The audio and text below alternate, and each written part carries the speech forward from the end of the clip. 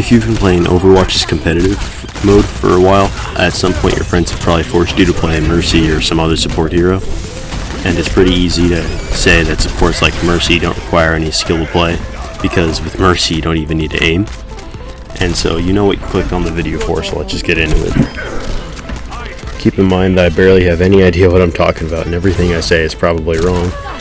Because I'm still stuck in plat, and I recommend you click on a better video. The thing that separates all the lower rank support players from the higher ranks is their team composition, communication, and positioning. And this is because the most important thing a support needs to do is to not die, which can be hard if you're playing someone like Mercy or Zenyatta, because a lot of the time you're going to find yourself especially defenseless if you're not with your team or behind the shield. And coincidentally, that's where heroes like Mercy and Zenyatta thrive, with Mercy not really having much offensive or damage capabilities, and Zenyatta having a giant hitbox. And so that's, like I said, a support's job on a team is to make sure the rest of your team can continue doing their jobs, just like how it's a tank's job to protect and make space for your team, and for DPS players to make picks and deal damage.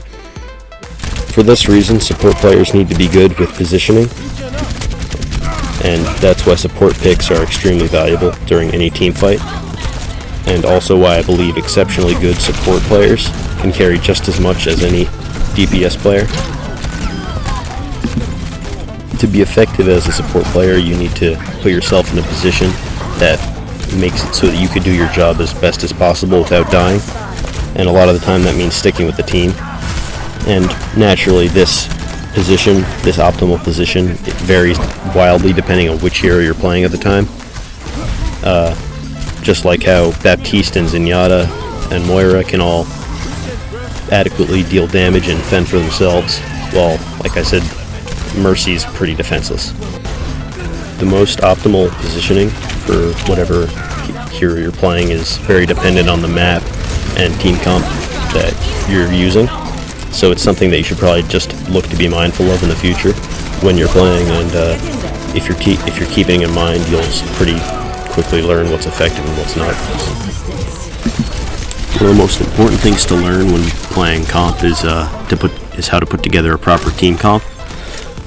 And a team comp, if you don't know, is picking your heroes around which heroes synergize with each other and which heroes counter each other. And it's hard to say the best team comps at any time because it really depends on the current meta, but there are a lot of old synergies between heroes that have been popular, such as when you have a Pharah being pocketed by Mercy and damage boosting and getting damage boosted by the Mercy, which is pretty hard to counter unless the other team has a lot of hit scan heroes.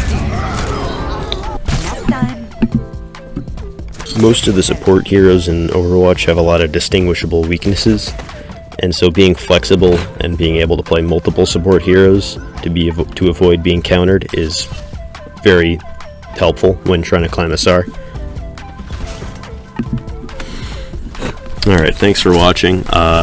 Keep in mind I have no idea what I'm talking about because I'm still stuck in plat. Thanks for watching, and if this doesn't really work out, I'll just go back to the old style of videos.